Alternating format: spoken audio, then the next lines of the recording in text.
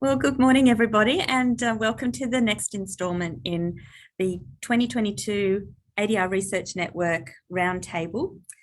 We've been going for a number of weeks now, and we've had plenty of views, so more than 2,000 views of the various presentations since we started with Bernie Myers' a fabulous keynote back in February. So it's wonderful to see the engagement with the work of the network. My name's Rachel Field. I'm here at Bond Law Faculty. Today, I'm one of the co-conveners of the ADR Research Network this year with my colleague John Crow. Unfortunately, he's not available today, so it's just me. And we also have apologies from Professor Lawrence Bull, who is actually currently mediating, so unable to join, but he was very sorry to be missing this great discussion. I'd like to acknowledge the original custodians of the land that I come to you from today here at Bond University, which is the Kombumerri Saltwater people of the Yugambeh language group, and pay my respects to ancestors past and elders past, present and emerging. And I'd like to give Judith and Claire the opportunity to acknowledge the original custodians of the lands that they're coming to us from today. Thank you so much, Rachel, for that. Yeah, so we would also like to acknowledge the traditional owners of the land that we're standing on today for this presentation. And in my case, these are the Yirrkala people here in Cairns. And for me, I'm based in Townsville, and that's the Walkarukaba and Bindal people. Thank you. Yes, and we also acknowledge all First Nations people because there'll be people joining us internationally from all over the world. So that's a really lovely thing about this roundtable as well. So today we're very pleased and privileged to be joined by Claire Holland and Judith Rafferty from James Cook University, and you can see they're very well branded today, which is wonderful. You're a great advertisement for the university. And they're going to be talking to us, the title of their paper is A Case for Conflict Engagement, and it's a lovely thing for us to be returning to, because one of the central pillars of what they're going to be talking about is Bernie Myers' conflict engagement approach. And this is such an important topic that we're going to canvass today because, as Claire and Judith will be saying, there are people who are living with enduring conflicts, and we're not talking about resolution or settlement in those instances necessarily. So the strategies and approaches that we're going to hear today are really critical, I think, in terms of the real world of life and conflict and what people are doing with it. So Claire Holland is at JCU in Townsville, as she said, and Judith is with JCU in Cairns. Both our presenters today are NMAS accredited. Judith just completed her PhD last year. Claire's in the throes of completing her PhD, which is wonderful. And Claire is a conflict coach as well as Judith is as well. So two peas in a pod. I'll just read Claire's key research interests include interfaith dialogue, coaching, leadership development, and positive psychology. So all of these are wonderful things to bring to the topic that we are talking about today. And Judith has published on conflict-related sexual violence, genocide, conflict management, conflict resolution processes, and postgrad education. And her research interests include victimology, justice needs, sexual violence, neuroscience, and psychology. So we've got some really amazing wells of knowledge and expertise that are informing what we're going to hear today.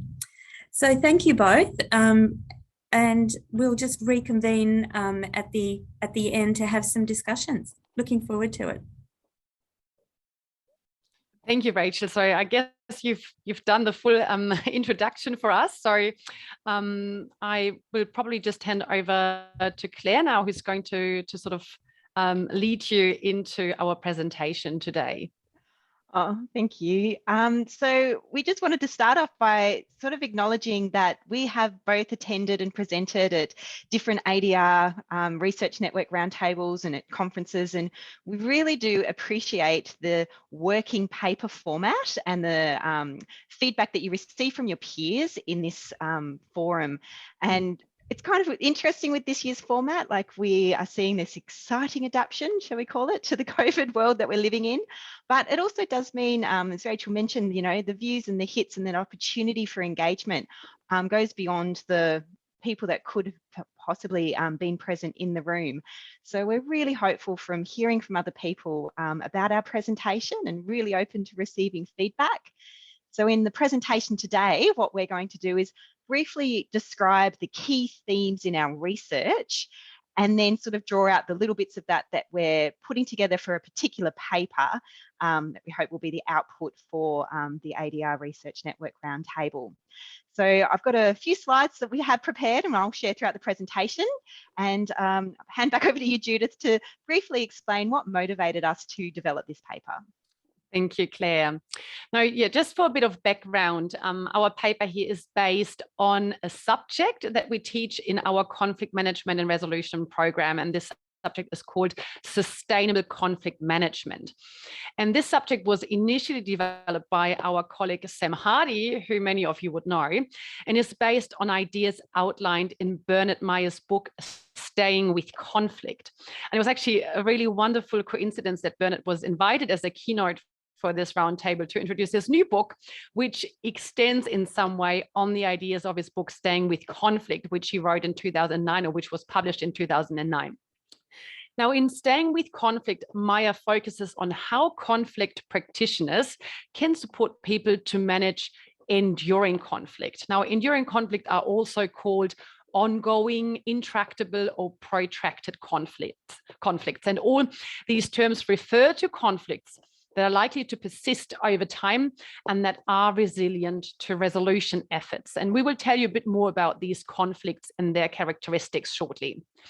Now, to work with enduring conflicts, Meyer developed an approach that Rachel mentioned earlier that he refers to as conflict engagement, and that he clearly distinguishes from other approaches such as conflict resolution and conflict transformation. And we will tell you later in this presentation what exactly conflict engagement entails. Now, our paper draws on Meyer's engagement approach and also synthesizes other literature that relates to this approach with a view to create what we call a conflict engagement model or a conflict engagement mapping tool that we hope is going to be clear, concise, and workable for practitioners, students, and trainers. And I've actually recently had some communication with Bernard, and I've told him about Claire's and my work and our subject and this paper particularly, and he really appreciated seeing that his work is being used and considered for practical application. Great. And I think, you know, we can also really see from our perspective a need for this paper right now. This is a very topical issue when we think about a range of conflicts that would fit within this enduring conflict definition and dimension. So it's a very contemporary topic. So first slide to share there, like you can see, for example, you know, imagining a group of work colleagues who might be deeply divided over this question of mandatory vaccinations and other measures for their workplace, or what is intending to be done in response to COVID-19. Political parties debating how to fight climate change. Now in Australia, disaster responses, you know, to unprecedented weather events, all looking at having to balance the needs of constituents, interests of the populace, and also governments. We've got some international examples happening at the moment, Russia and Ukraine, and the global response via sanctions and the global refugee crisis. So, you know, you can see some other examples there on that slide. You know, in our teaching, we use conflicts that are in the public eye. And so some of these examples are things that are also informing our paper. And we've also informing the paper, drawing on our own teaching experience, which we've had both of us, you know, over 10 years in the Masters of Conflict Management and Resolution. And one particular subject, conflict analysis, That looks at a range of tools and models that are practical and useful in analysing conflict. And, we all know what some of those tools might be, Moore's circle of conflict, triangle of satisfaction, and there's a whole range listed, particularly in Furlong's book, which is called the Conflict Resolution Toolbox, Models and Maps for Analysing, Diagnosing and Resolving Conflict. And sort of drawing on his book, we see that the models presented there each have like a diagnostic element and then an interventional or application aspect. And Furlong's shown us that it is possible to turn these complex conceptualizations of conflict theories and understanding around how people behave in conflict into quite practical models. And he actually says in his book that good models are structures or representations that approximate reality, but they're in a simple and clear way. So we're drawing on our experience from teaching and using these models as well in practice. And Judith and I have also both supervised a number of professional projects where our students and our student cohort are mature professionals who are working in the real world, and supported them to utilise a range of these applied models. And we've seen them adapt them to suit different contexts. And while there's these quite well-developed tools and models for conflict analysis and diagnosing conflict, particularly conflict resolution interventions, when it comes to managing ongoing conflict, the conflict specialist or the student, the practitioner, has to do a little bit more work at the moment because they're not as models that are as simple and clearly defined in this space. So the conceptual theories do currently exist. But again, with our level of experience and practice, we're not aware of many very practical tools that are there for managing enduring conflicts that are simple, clear, easy to pick up and just to apply. So that's our goal, to develop a model that's going to meet that gap. And so we really appreciate Maya's work on conflict engagement as the very foundation for our research and for this specific paper. And we believe that the value that we're adding is to turn the conflict engagement approach into the practical model or map that Claire has just mentioned. And as she said, also over the last 10 years, we've been using this model for teaching in our subject, sustainable conflict management. And we have continuously developed and refined the model by considering our experiences with applying it in the subject and across other subjects, and by considering other literature that builds on Maya's work. Now, just to give you a bit more detail, our model consists of two stages, like the ones in Furlong's book. So the first one is the analysis stage, which focuses on identifying the so-called unproductive conflict behaviors and perceptions of parties in conflict. And the second stage focuses on developing a conflict engagement strategy, which may consist of a range of interventions that are meant to support parties in conflict turn their unproductive behaviors and perceptions into constructive ones. And both the analysis and the strategic planning phase incorporate 6 steps of conflict engagement, which are based on Maya's work. And these steps evolve around dealing with conflict avoidance, working with conflict narratives, communication, and especially here, looking at developing durable avenues of communication rather than focusing on like single messages, working with power and escalation, using agreements appropriately and effectively, and finally taking a sustainable approach to conflict engagement, which requires, for example, a consideration of the ebbs and flows of a conflict as it develops and plays out over time. It also includes developing support systems and managing emotions that may arise as the conflict progresses. Now, each of these 6 steps or themes considers specific elements that can be used for analysis. For example, certain elements are used to analyze avoidance behavior of conflict parties. Other elements are used to analyze typical conflict narratives that people in conflict have constructed to explain the conflict to themselves and to others. And now conflict engagement specialists, so this is the term that we currently like to use for practitioners involved in conflict engagement. Now these conflict engagement specialists can then consider the analysis of these elements to help conflict parties develop strategies for more effective engagement. Now in terms of conflict narratives, this may include developing more productive, inclusive and complex conflict narratives. And in regard to communication, we would focus on developing a system of communication channels that allows for long-term communication during different stages of the conflict, including during times of crisis. Now on this slide, you can see some other examples that relate to the previously noted 6 steps. And we also recognize another really important overarching dimension, and that deals with sort of the how that practitioner, conflict specialist can support the parties or people, the clients, throughout this process. So ideally, the conflict specialist is someone with specific skills and knowledge in conflict analysis and engagement, and in being able to work with clients. And again, in this dimension, that conflict specialist requires some really specific high-level skills to be able to appropriately and effectively support the parties to analyse what's going on.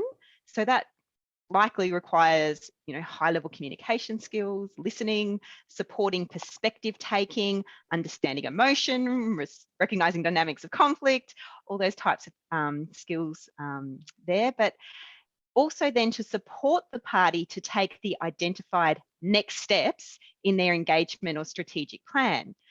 So this is a collaborative process where the conflict specialist helps the parties to develop these steps. And it might require them to use tools and skills such as role play, coaching, group facilitation, training, or whole dispute system design, for example.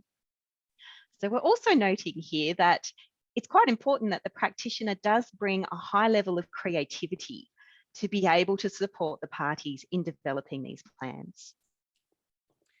Now, in terms of the structure of our paper, we will first of all define and describe enduring conflict and use examples to help explain the various characteristics that make conflicts enduring. And we consider the work of Maya and of other scholars who have written about enduring conflict, even though they may have used other terms such as protracted and intractable conflict. And here we also acknowledge that some conflicts may have both enduring and resolvable aspects. So there can be both resolution and engagement approaches applied to the same conflict. And one key role of a conflict engagement specialist is actually to help parties identify which parts are enduring and require a conflict engagement approach, and which ones may be addressed through resolution efforts. And as we noted earlier, these are quite distinct approaches. So like Judith said, that first step is around creating a simple and clear way to support people identify what are the enduring aspects of conflict. Now, to assist the student or the practitioner to appropriately classify this, the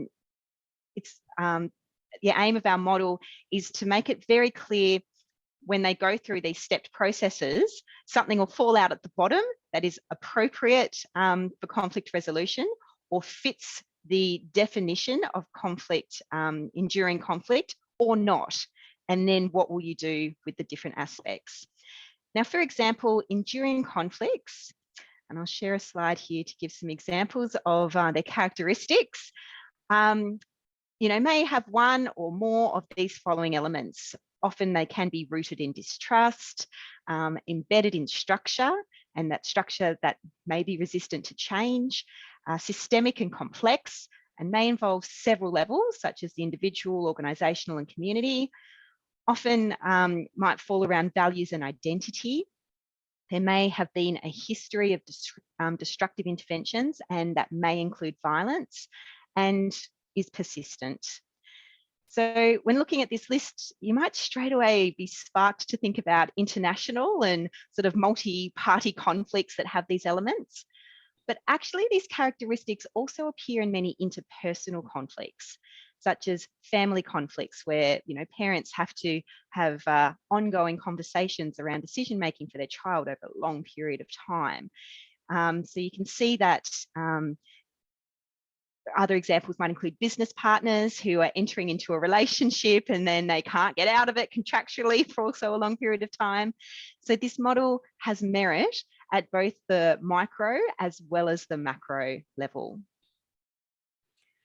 And so then the next part of our paper will go through Maya's 6 steps, focusing firstly on analysis, which is the first stage of the model, and then repeat the 6 steps, focusing on the second stage of developing an engagement strategy. Now, in our discussion of the 6 steps, we will provide definitions, some synthesis and engagement with other literature that pertains to each step. And where possible, we will provide some practical examples. So just to give you an idea, the analysis stage of conflict avoidance is guided by a number of questions, including why are parties avoiding and how are they avoiding? And the how, again, is broken down into 4 main ways of avoidance, including minimization, misdirection, premature problem solving, and escalation. And again, for each of these 4 ways of avoidance, there are a number of prompt questions that the conflict engagement specialist can pose to engage conflict parties to think about their behaviors and thereby assist with the analysis. And you can read more about that process in the finished paper.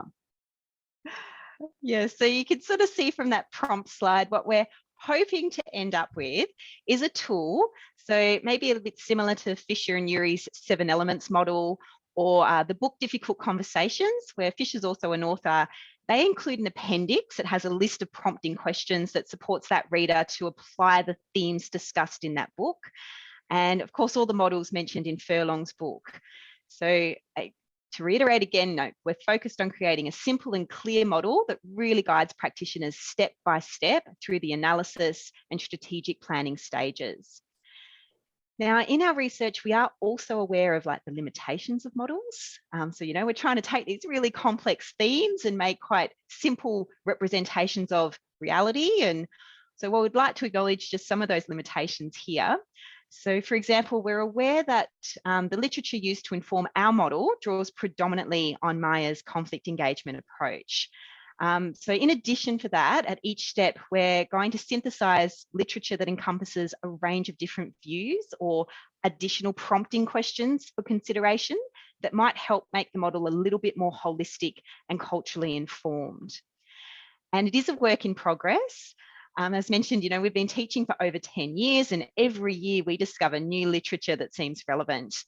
But as a starting point, we also acknowledge that a lot of the popular conflict literature has been written from a neoliberal, predominantly white, predominantly male perspective, and that the first iteration of our model will rely quite heavily on that literature.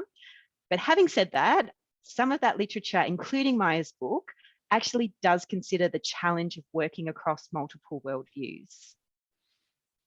And now Claire and I also acknowledge that by putting together this model, we as the authors, we have made choices about what to highlight, and thereby we're putting our own perspectives on what we see as important based on our background and culture. Now, Claire and I have some experience considering our own background and cultural lens and commenting on the adaptation of models in different contexts. For example, we both applied and adapted the facilitative mediation model in different cultural contexts, including in remote villages in the Central African Republic and in refugee camps on the Thailand-Myanmar border.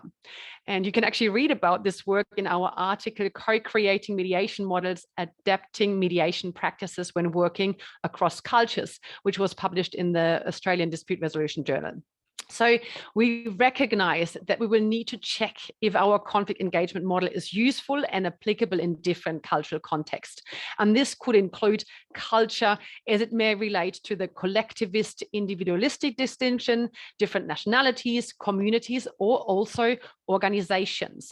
And for example, conflict avoidance may be underpinned by very different reasons and may present in different forms when comparing individualistic and collectivist cultures. Now, these perspectives will be the focus of future work because we hope that our research continues and that we will be able to apply and adapt the model over time. And in our conversations, Judith and I are also quite excited about seeing how this model could be useful, not just for conflict specialists, but really people working in any enduring conflict situation who may not be familiar with this terminology. So, you know, for example, pick an HR department, and this could be useful. Any long-term development project, any environmental planning, you know, they're all really relevant contexts. You can also see its application in that area of conflict prevention, where people can consider these themes and address these enduring conflict themes prior to entering into working relationships. So we're thinking about writing a paper down the track that also reframes some of these conflict themes, and thinking about umbrella terms. We're like, oh, maybe sustainable project management or project preparation considerations, but a way in which these ideas can be shared and applied more broadly. So we are planning on a number of papers along the way. So we'll start off with one on the rationale, and then one on the actual model, and then hopefully a series of applications of this model. And that way we can share it and hopefully make it applicable to different audiences. So thank you, Rachel, for listening to our presentation here today. We'd love to hear your thoughts, and we are also really open to receiving any correspondence from other people with ideas for the development of our paper and future research. Thank you. Yeah, thank you. Thank you. Amazing work, Claire and Judith. And, you know, I think you're a model of so many things. You know, you can sort of see your long history together in terms of professional work, but also your co-teaching, just the way that you move between each other in terms of talking about this material. It's a model of how many of us should aspire to in terms of working together with someone. So I'm really excited about this work.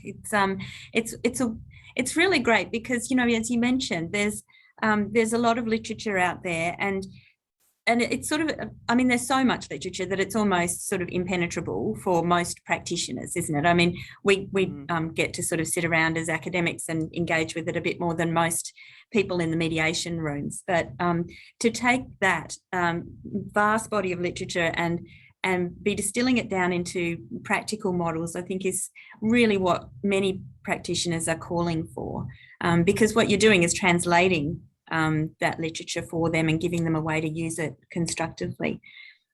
So yeah, there's so many things to talk about, but I wanted to ask you, the model is, you know, the two steps of it are really, really clear about the analysis having to happen first, and then the steps for addressing things, the next steps. So what do you both think about current levels of analysis of conflict before DR processes are happening? So in your professional experience, is there sufficient analysis going on before a mediator jumps in? Great question. Great question. Take that one if you like. We actually think that, you know, the ongoing education and underlying knowledge around conflict theories is really important to the toolkit of someone that is practicing in this space. And it's often not the focus of the skill building, you know, subjects or methods that you learn. So, you know, for example, you go and do the 5-day NMAS, and it is very focused on skills, but the sitting back in the analysis stage, you know, often, you know, you've got half an hour or something that's dedicated to what do you do in intake and how do you help, you know, the parties understand what's going on. But if you also take, Yuri calls it that third side, or going to the balcony perspective, and really sit down as a conflict specialist and use the tools and models that exist to break it down in a way that it's not obvious, you know, at the, you know, first pass of looking at a conflict, often what is actually happening, or what conflict dimensions, like where this is operating at, what the underlying issues or interests might be, how conflict histories have impacted in a way that's going to impact future communication. Once all of that is mapped, and Furlong talks in his book about the importance of having, you know, these conflict mapping tools and abilities, just those that's really diagnostic. So then the decision making around what is the next best step can just be done with a lot more information and hopefully clarity for both the party and the conflict specialist. Judith, did you want to add anything to that? Yes. So again, like I'm taking Rachel's question as something to consider. Does this actually ever happen in practice? And I just, as Claire was talking, I had some time to think about that. And I thought, in the way myself and perhaps others working for an organization that provides mediation service, I think there's probably much less focus on the analysis stage. You know, there's an intake officer who would do the first intake, and then, you know, you assess, is it suitable for mediation, yes or no, and that's it. And as a mediator, you walk in on the day and you mediate.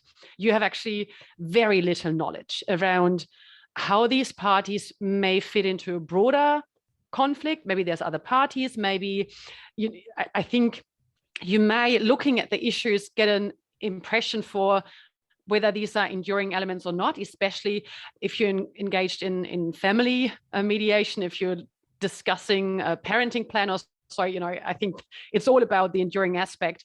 But again, you may have very little knowledge prior to that. So prior to the intervention, very little knowledge around what is actually going on. I think in other roles, such as conflict coaching, you know, where you would probably meet a client like at least 6 times or so, I think you have this opportunity to really slowly unpack with the client what is going on, even though you're only working with one perspective. So you only have the client's perspective. You can't really look at other perspectives to get a more holistic view. And in conflict analysis, we would drill this into our students' head. You have to consider different perspectives, different sources to get an holistic view.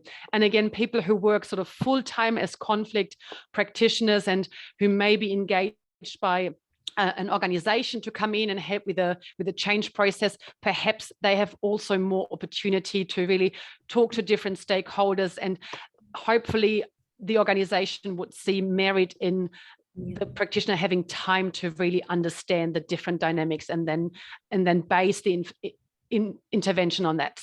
So in a way, I'm thinking that perhaps mediation is the one that has the least analysis part. Maybe different in family mediation, where there's a lot of preparatory work. It would be interesting to hear your thoughts on that, Rachel. Yeah, well, I mean, I'm just sort of thinking about the depth and the value of processes that as dispute resolution people we're offering, because I think that this analysis component is just so critical. The superficiality of simply seeking to get a settlement or an outcome or an agreement or something, you know, that can be signed. It's really striking me that the real work that needs to be done, and, you know, as an FDR family dispute resolution practitioner, I'll be taking this to my co-mediator, Libby Taylor, and we'll be thinking about this carefully, because we're just about to restart our clinic here at Bond, which is an FDR clinic. I really, you know, I'm thinking back over mediations that we've had, and whilst we do a fairly thorough intake process, I'm thinking of the ones that have not resolved, and how if we had done more in terms of analysis and more, I think the next part of what you've been saying I want to jump to now is, Claire, you mentioned that the practitioner has to be really creative. So it's sort of almost like that transformative model of, isn't it, where you as a practitioner, you're not saying I'm going to be neutral or I mean, you know, we could get into that whole neutral, impartial debate, but we won't. But I mean, it's you really are engaging, aren't you? It's a process of engagement with the parties, with their conflict. You're really sort of taking a deep dive into their world to be able to analyze and then determine the next steps as most appropriate. So ethically, what does that mean? Like, for me, that fits really nicely with John and my sort of sense of an ethical paradigm that's centered on self-determination, and that the practitioner is ethical in supporting that self-determination through these interventions. But what are your thoughts about the ethics and the ethical paradigm that might work for the nature of the role that you're envisaging? Well, I think the person who might be in this role, and we've kind of coined that the conflict specialist or the conflict strategist. An outcome of this is that they support the client to come up with a strategy. And that strategy would likely include a short-term, a medium-term, and a long-term component. And effective ongoing conflict engagement is going to look at the life cycle of conflicts, and that knowledge that we all sit with a certain level of latent conflict all the time, and it's getting people in that frame of mind to understand what level of conflict are you willing just to continue to live with, and how do you continue to live with that in a way that is manageable and hopefully causes the least amount of harm to everyone involved. And so there might be short-term, medium-term, or long-term, like there might be mini resolutions that happen along the way. But I think that's a completely overlooked thing, isn't it? How constructive mini resolutions can be in helping people to live and move forward and actually just have a more positive way of living, because some aspects of their conflict are being addressed. But Maya does also refer to the risk of premature problem solving, and the fact that if you just head straight for resolution, when resolution's actually not appropriate because of the enduring nature of the conflict, you might make things worse. Sure, yes. Well, this is where the expertise comes in, isn't it? In understanding all these complexities. Sorry, Judith, you were going to say. Sorry, just touching on that. So there's a whole chapter in Maya's book on agreements, and how we can use agreements in an incremental way, so that we don't give parties the impression this is now resolved, but how you can actually view agreements just as stepping stones along the way. And they can really be helpful to determine what is really going on, building relationships, etc. So agreements are really important, but that you again see it as a process and not a specific agreement as the end point. Just adding again to the ethics, and this is something that has been sort of keeping me awake because ethics is, I find that the ethics are, that there could be some more discussion around ethics in terms of the roles that conflict engagement specialists are taking on. And I'm actually having another conversation lined up with Bernard to discuss that, because there's one of the roles that sort of jumped out at us as being slightly different from what we had previously learned, and that is the role of a conflict ally, not just in terms of coaching, but also as a consultant or a strategist. And that is actually what we use in our teaching. So students in our subjects, they take on the role as a conflict strategist. And, when you compare it to coaching, where you sort of just take not take like an active advisory role, a conflict strategist can be a bit more advisory, can actually point out, this is what you might want to look at. And that's again where the question of creativity comes in. So we have seen when we ask students to develop conflict engagement strategies for the client, that it really helps to think outside of the square in terms of developing new avenues of communication. And now it would all be about discussing, well, under which standards would a person operate that is working as a conflict strategist? Like, there's an ethical code for people coaching and for mediators. So what do all these other people do that might take a bit more of an advisory role? And I don't have the answer to that yet, because like that's a work in progress that we're hoping to be able to add at some point to our model. I wonder whether we might join our thinking up. Why not? Sounds fantastic. When you said that you like taking this back to the family dispute resolution or the clinic that you are starting there, I think Claire and I could see Claire's eye light up. We probably thought, wonderful opportunity to perhaps in the future see, what the relevance of this model might be for family mediation. No, that's wonderful. There's so much more for us to talk about, but I'm just thinking that maybe for today we'll, in the interest of time, we'll call an end to this session. But I do really encourage everyone to engage with Claire and Judith. via the blog, via comments and so on in the blog, or just, via email, setting up a chance to further the discussion, because it's really critical work. And I really love how you're taking, you're moving us forward with these ideas, and it's such a positive thing. I would really love to talk about how we can collaborate on an ethical paradigm for the sort of thing that you're envisaging. So thank you both so much again on behalf of the ADR Research Network for being part of the roundtable this year. Claire, you're such a loyal member of the network over many years, and I'm just really pleased to hear. We started this network in 2012, and so 10 years down the track, that we're still, this model that we've developed about the working paper in progress, and we're finding new ways of doing things like, this vlogging, but the ongoing value of the network is just really nice to have that affirmed by you today. So thank you for that as well. So we'll stop there, but refer everyone to the blog and ask everyone to engage more on that platform. Thank you. Thanks, Rachel. Thank you, Rachel.